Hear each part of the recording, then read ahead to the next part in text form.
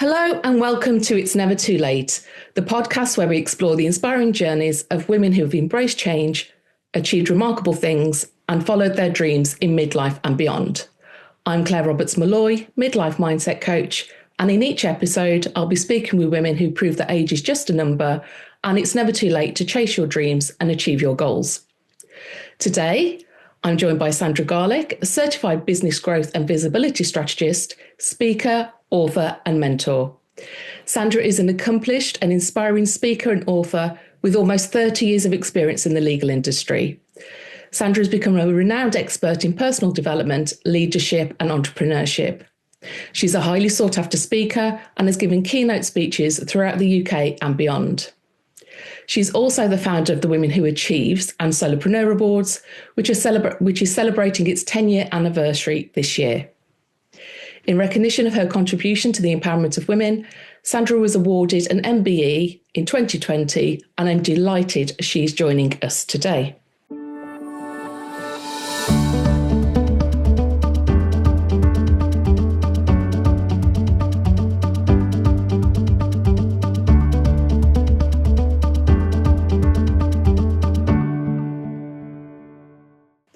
So welcome, Sandra. Thank you. Thank you for having me here. It's always a bit nerve-wracking listening to your own bio being read out. And as we said before we started recording, when you do so many things like you and I do, it becomes a challenge, doesn't it? And where do you cut that bio off? But we could have gone on for much longer with all the wonderful things that you do. So saying about that, do you want to introduce yourself to our listeners and tell us a little bit more about you and what you've been up to, since you've turned 40, because I know you've been up to a lot, haven't you? Yeah, and I think 40 was the year that inspired a lot of change in me. I've done some change in the decade before that, having been divorced and bringing up two small children on my own. And I knew that I wanted more, but I don't think I was mature enough till then to do it. I almost feel that when I hit 40, I grew up. So my 40 was my 20. So I'd just been to university. I'd just qualified as a solicitor. I was sitting in the big glass office and, things were good, but I was still very flat. I still wasn't getting my potential. And I think that hitting that 40 mark, as I say, it was my 20. And that was when I decided, well, I want something different. And you know how you move around? Well, not everybody does, but I moved around jobs. I've got this boredom factor. After 6 months, after the honeymoon period, I get bored and need to do something. And you might relate to this because I do spin lots of plates, and that's for variety. I need the spice of life. So I think 40 was a pivotal point, and it's also when I was in my 40s that I started my first ever business. Wow. Yeah, listening to you speak there are so many similarities. I too get the boredom factor really, really quickly, which leads people to assume I must have some level of ADHD or something. But I think some of us just have that, don't we? We do need to be keep our brains active and busy all the time. So tell us more about your first business then. What was that journey like for you? It was exciting, because I'd moved around. I'd worked for one of the top 10 law firms in the world. So I had that big corporate background. But when you're working at that level, you're just a number. You're just a small piece in a big jigsaw. And I wanted to be a big piece in a small jigsaw. So I moved around law firms until I found the one that I thought ticked all the boxes. It was close to home, which meant I was around for my now teenage boys. So they needed a little bit more presence because they were off doing all sorts of things. I then realised that I didn't want the commute every day. I didn't want to be sat at the station, miss the trains not turning up, being stuck in the city. And I was frequently having to go to London. I was stationed up north for 6 months. It didn't fit. So I thought, I know what, I saw women in business coming into the fore. And I remember going to my bosses at the time in this great law firm where I believed I could be a bigger player. And I said, look, I've got this great new initiative. We need new clients. Why don't we bring in women in business? We can bring them in at 9:30, serve croissants, pastries, because they don't get time for breakfast before they drop the kids at school. And then we'll have a few keynote speakers, networking, and they can leave at 11:30 because they might have to pick the kids up from nursery. So off it went to the partners, predominantly male, and they came back eventually after asking me for a list of who I would invite and do the costings, which was £30, by the way. And they said, we don't think women in business will take off. Wow. So that was key for me. And I went back to my office and I wrote my resignation letter. Well, I wrote another letter first. I wrote a letter to the Law Society asking if I could start my own law firm. And lo and behold, wrote my resignation letter. I had to do 3 months sentence. All while setting up this law firm. And lo and behold, that's all I had to do at the time was write to the Law Society, get some insurance, tell them what my firm was going to be called. And that was it. It was open. And I literally, so I found some, so I worked from my office initially, but when I found my premises, eventually 3 months later, it was next door to that law firm. Well, the universe does like a giggle at times, doesn't it? It wasn't intentional. It was just availability and what worked for me. And it was just coincidence. It was next door. But it was probably the best thing because it drove me to prove everybody wrong, because they said I'd only last 3 months. And it drove me to prove that they would be wrong. Wow. So you set up your law firm. What happened?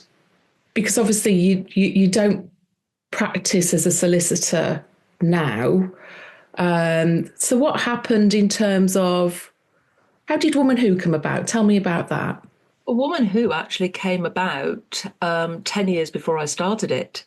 And it was while I was sat in that law firm. And you know, some days you wake up and you think, oh, what am I doing? I just don't want to be here. I'm on a hamster wheel. I've got the nice salary. I've got a nice car. I've got a 9-to-5 job, although invariably it wasn't. And I thought, I can't get off this hamster wheel. I used to, in my lunch hours, I used to sit and daydream on Google. And I was driven about this women in business thing at the time when I went to the partners with that idea. I've been brewing on that for a while. So I mapped it out. I mapped out Woman Who, what it looked like, my first event. I costed it out. I bought the domains.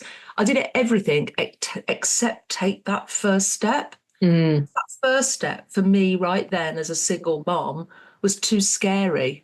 It was not financially viable. There was no financial support anywhere. I didn't have a great resource to do it myself, because you imagine you're paying a mortgage, you're paying your bills. I've got one son going off to university. It just wasn't going to happen at that time. So I have an ideas book and everything goes in that ideas book. Some of the ideas get a big X through them. Others I continue to develop. So whilst I was building my own law firm, I was still working on that idea. And I'm a big believer, if you don't like what you do when you get out of bed in the morning, you've got the power within you to change it. Absolutely. And you know, for me, it didn't matter what age I was or anything like that. It was all about doing what I wanted to do. We're only here once. Life's not a rehearsal. We've got to make the most of every day. And why sit doing something you don't enjoy? And running my own law firm was great initially. It ticked a huge box. I learned so much about business, made so many mistakes. But I learned from those mistakes. And what I did realize is that this Woman Who, it was something I wanted to do at some point in the future, but I didn't want to be a lawyer anymore. And I didn't want to run my own practice anymore, because all I was doing was sitting behind a desk doing the compliance.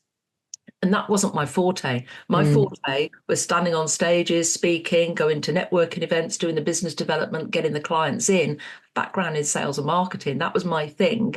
So I wasn't in living my purpose, as you might say. So it came about by breaking my ankle and having 3 months on crutches. Basically, well, it was nearly 6 months on crutches in the end. But that first day I broke my ankle, I thought, this is a gift. This is my opportunity. And I planned out that I planned to deliver that first event 90 days later, which I did. So I broke my ankle on the 16th of January, and I think I delivered my event on the 15th of April, exactly 90 days later. And it was only going to be a one-off trial event. And so many people said, this is so needed. This is what we want.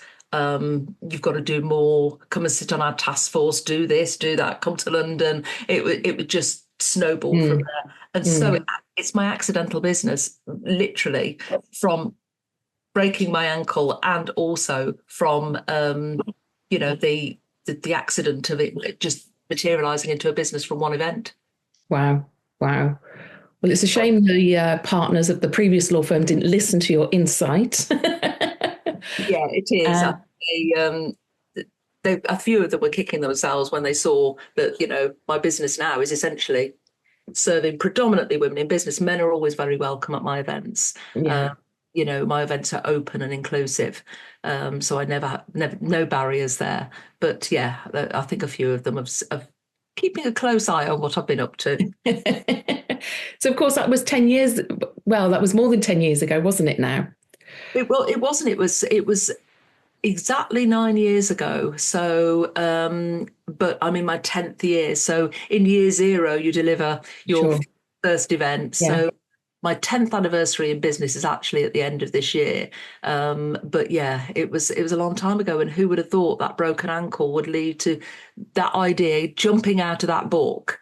And it literally was making a few phone calls, building a website myself, and just putting something online and saying, come to my event.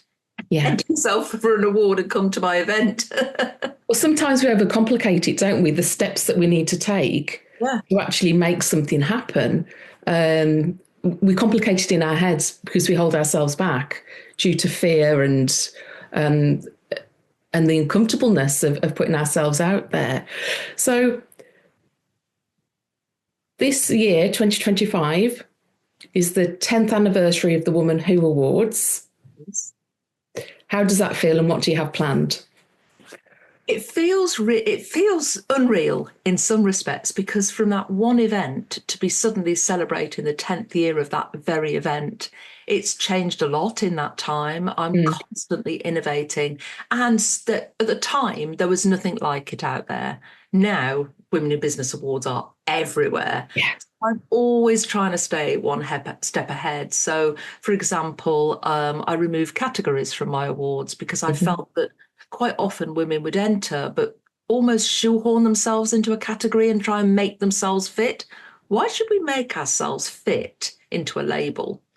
We should be able to just be who we are. And so I removed categories. Nightmare for the judges and for me, and from an administration point of view, but it works for me. And this year is special. I mean, I can't believe I've almost sold out of tickets before the event, 6 months before the event actually is happening. But it's just wonderful that we can celebrate that achievement, because not many businesses get to their 10th year. And, to celebrate that, for it to still be going, yes, it's morphed into other things now. I've got the Solopreneur Awards. I've got an academy off the back of it and other things. But it's great to be able to take a woman on a journey from that, almost, as you say, that fear, that lack of confidence in herself, that lack of belief, and thinking I'm not good enough, to create an opportunity where they can be themselves. And I sort of nurture them through the journey and say, you are good enough, you are confident. Oh, by the way, if you're in the room, come and stand on my stage and celebrate it and have your photo taken. And you can use that in your marketing afterwards. So it's almost feeding them how to put themselves out there. And the transformation in some of the women over the years has just been phenomenal. It's just lovely to watch. Well, obviously, having been part of the awards, having won an award and having attended several of them, they are really different to other awards I've experienced. And I always say to the women in my network, if you're going to apply for an award and if you've never done it before, if you're worried about the process, apply to Woman Who, because you do get that support. And I think once you put yourself forward, or someone else might nominate you, but when you take that step, the journey you go on is almost more valuable than if you win the award, because the people you meet along the way you have to reflect on yourself, your journey, your business. I just think it's such a great process. So I'm currently encouraging all the women in my network to put themselves out there and to apply, if nothing else, for the experience of doing that very thing. And that was the main driver for me, that it's never been a bums on seats operation. It's always been about, what value can I give to the women who enter? What are they going to get from this? Because the idea is, how often do you sit down and reflect on your achievements to date, the challenges you've experienced, how you've overcome them, what you're doing now, and what your goals and aspirations are for the future? We very rarely do that piece on ourselves. And many women tell me that they do it every year just so they've got something to look back on and measure themselves and see where they were and how far they've come. And if nothing else, they can give themselves a pat on the back. But just that experience, and, I do send out lots of information, how they can maximize the journey, their visibility, obviously, because that's what I'm all about. But also, how they can benefit from it, because it shouldn't be about me. It's all about them. Absolutely. And I think it's the way you expand the networks.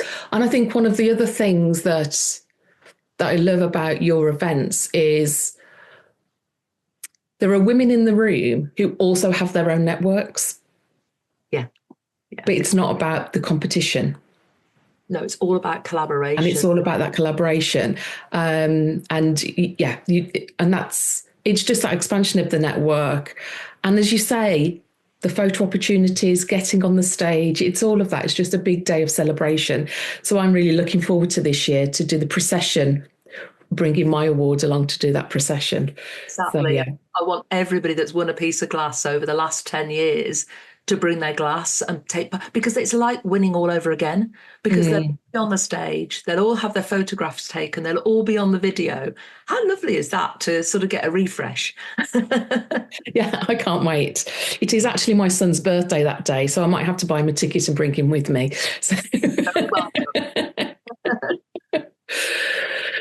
so that's brilliant, Sandra. And you've done so much, and you've done so much for other women. And that's sort of, well, understandably why you got the MBE, because you were one of the sort of innovators in this area, weren't you, around women in business and empowering women and supporting them. And obviously you've received the rightful recognition for that. So why do you think midlife is such a great time for women to start pursuing those goals and dreams that maybe they've had in their ideas book, which I love that. I love the idea of an ideas book, that they may have had sort of in the back of their mind or put on the back burner while they've been raising their families or pursuing other career goals. Why do you think midlife is time to stop, reflect and go, do you know what? It's time for me. I think midlife for women is often a time when we're looking for something else. We're looking for something more. We get to that point in our lives where we say, what have I done and what did I want to do? And it's almost kicking the bucket list into touch and saying, I've got to do it now. And I think so many times, they might have been in full-time employment. Redundancy comes along quite often. That's one of the things I hear from a lot of women. Or they've been on the corporate treadmill and they just want to step out. Doesn't align. They want what I call a work style lifestyle. They want to see the world. They want to do other things. They've sat on these ideas for so long, but my mission is to create more women in business role models to inspire others. And I think if we can see another woman doing something and we resonate with that, we hear her story and we say, well, that's me, I could do that. And I think there's more opportunities now for women to hear through podcasts, through listening to speakers and events, through social media. And I think they're sort of thinking, well, I can do that now. Why should I put this on hold any longer? Their children have become teenagers maybe, or they've just burnt out from their corporate role. But I think they're seeing more women do that, so it makes it more attainable. Excuse me. Bless you. Yeah.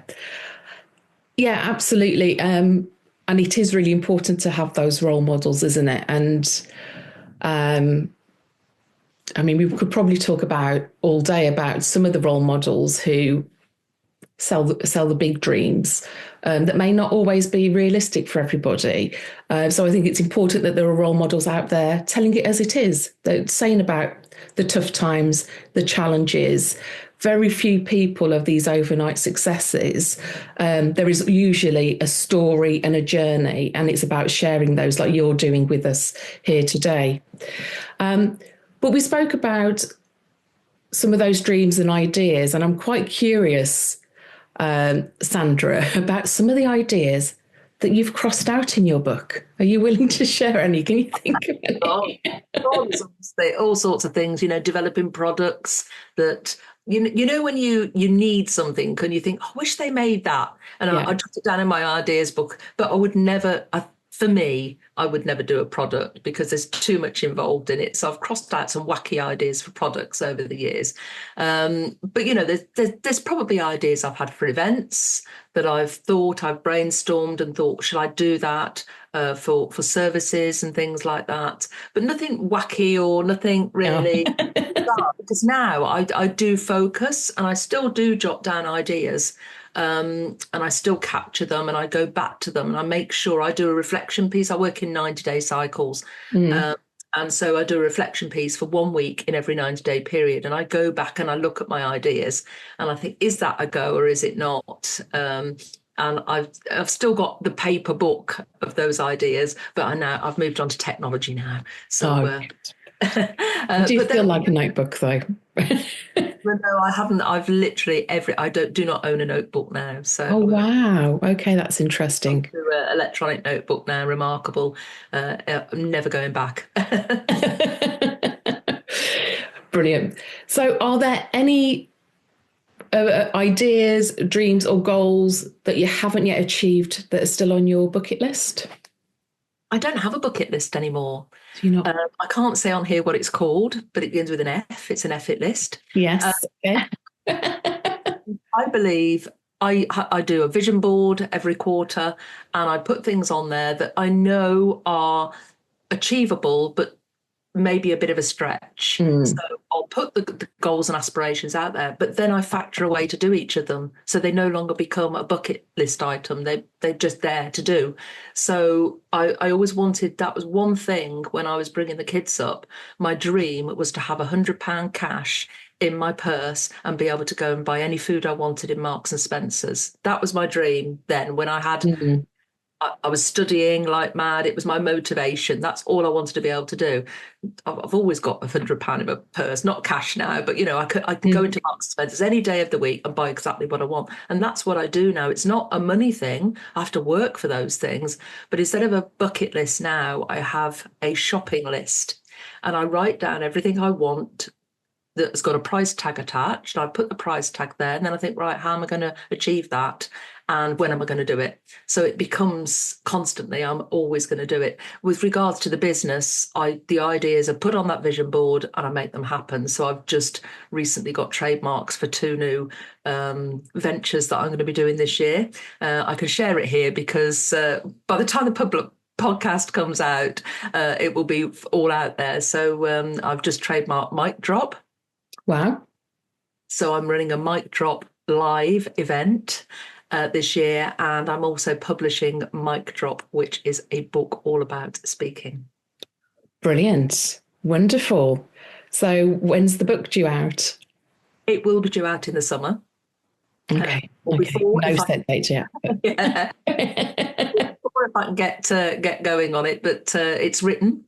I'm at the editing process now. So wonderful. So lots of exciting things to come. Thank you so much, Sandra. It's been absolutely wonderful chatting with you today. But I've got a few final questions for you, if that's okay.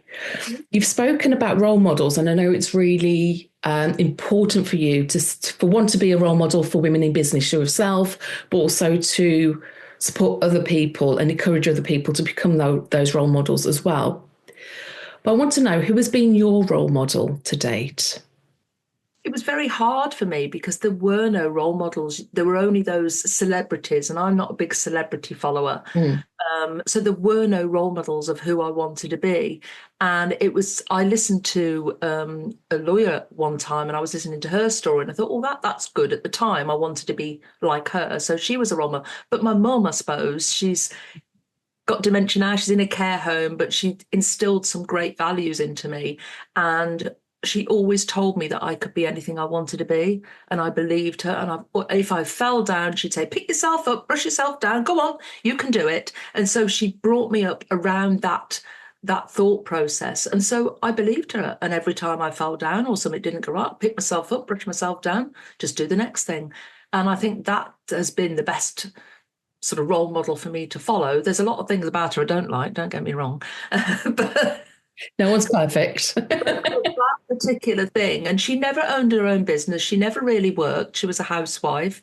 So her aspirations were different, but the values she'd instilled in me were really important. And I think that set me off. And on that mission, because I had no role models to follow, was to create local women in role models that we could aspire to be, that we could ring up and have a coffee with. Yeah. Yeah. But she gave you something really important. She gave you an element of self-belief and resilience. Yes. And I think that's absolutely key, isn't it? And I think often as women, we are really resilient, but sometimes we are missing as much, that self-belief that we really can go out there and live the life that we want to live on our own terms. So thank you so much, Sandra, for sharing your story and your insights today. And my final question for you is, what's one piece of advice you would give to anyone out there who feels it's too late to chase their dreams?